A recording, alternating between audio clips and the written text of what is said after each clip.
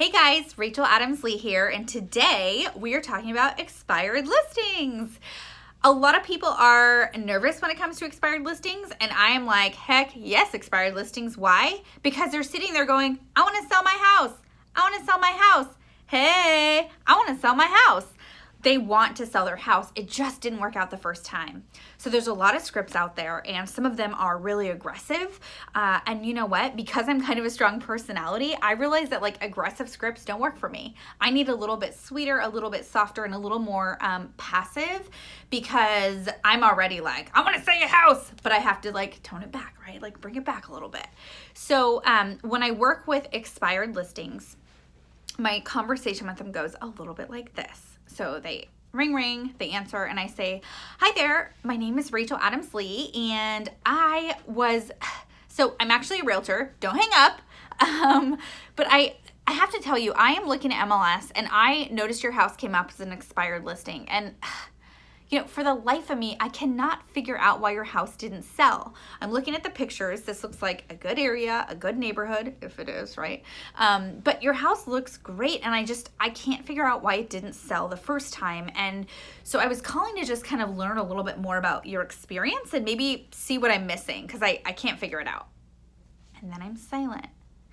And they say, well, I don't know. We had one open house held for our property, and we feel like we had a good property, and little Johnny put in our hardwood floors, and I just, for the life of me, I can't figure it out, and blah blah blah, right? Well, I've done my research ahead of time, so I am looking at how close they are to a train tracks, or I'm looking at how close they are to the freeways. I'm looking at the type of photos they had taken of their property, and then I like to ask really good questions, because when you ask good questions, you get to know the seller, you get to have conversations with them and connect with them in a different way. So I say stuff like this. And I'm a little tricky because you guys will know where I'm going with this. I say stuff like, I notice, did you have a professional photographer take photos of your property? Okay, And how many open houses did your agent do for you? Oh, they did one. Okay. And did they door knock the neighborhood? They didn't. How about circle prospecting? Did they pull tax records of your neighbors? Oh, they didn't do that either. Interesting. Okay, well, this is an easy one. 99% of the houses that are sold are actually found online. So how many websites was your house featured on? They're like, I think like one or two. And I'm like, gosh. So I kind of think I understand why your house didn't sell the first time. And the reason that I actually am calling you is I have a program, and I actually specialize in houses that didn't sell the first time. Our team, we're in the top 1% in Sacramento and Placer County. Last year alone, we sold 137 houses. What that means to you is we know what we're doing. So I totally understand that it didn't work out the first time, and I want you to know it's not over. And I don't want your feelings of your house not selling the first time to kind of give you a negative feeling towards realtors, because I have to tell you, we're not all the same. So on our team, we have a phenomenal program where we take professional photos of your home. We actually make a custom website for you, and I'm not sure if you realize, but 99% of the homes that are sold are found online. So it's really important to us that we give you a massive online presence. In fact, we're gonna put you on 372 online sources. Zillow, Google, Trulia, a lot of those, but Overstock.com has a website, and we didn't even know that for real estate, but it does, and now we do. So you get a massive online presence. We're going to hold an open house for you, and with your permission, we'd like to hold a double open house. Now, we prefer to do those on Saturdays and Sundays. We'll work with you on time of day and everything.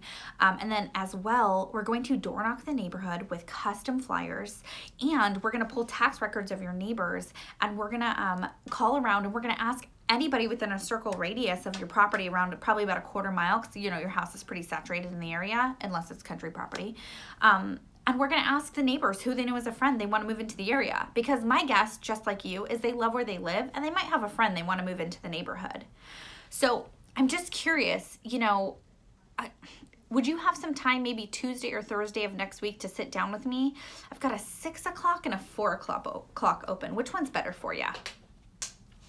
I'm just asking questions. I'm building rapport with them. I don't want to have them feel like, when are you going to hire the right agent, right? Like that script, well, I love it. I think it's a little bit aggressive for me and my personality. And so that's the most beautiful thing about scripts is you guys can hear them. You can decide if they work for you. Maybe they do, maybe they don't. That's okay. It's about finding the right script that kind of like resonates with you and you think, okay, this is good. This is one that aligns with me. And like I said, I have an aggressive personality as it is. So I come more from like conversation. And you guys know we build our business by coming from contribution. How can you contribute to this life of this expired listing?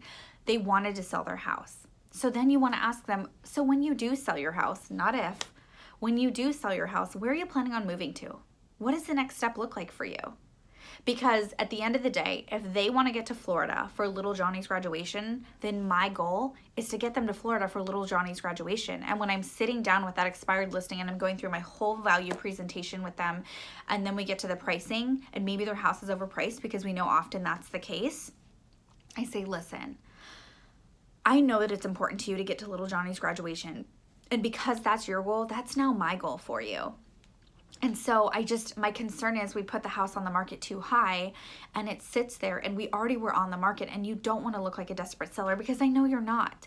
And yet I want to make sure that we can net the most money for you that's available on the market and get you high to market pricing. And so, it's important that we put the house on the market right now for the right price so that you don't get lowball offers. But you do get a lot of people through in those first 2 weeks. That's your sweet spot. That's the time where you get the most amount of people through your property. So let's do the right thing. Price your house at fill in the blank and get you to little Johnny's graduation. What do you think?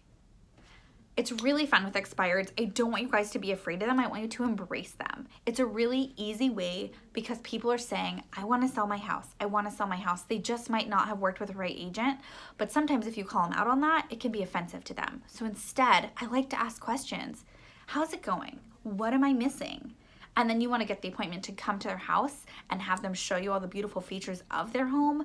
And then you compliment them and you have your phenomenal listing presentation, right? You do. You're good at it. So then you just get to continue the process and get the signed contract.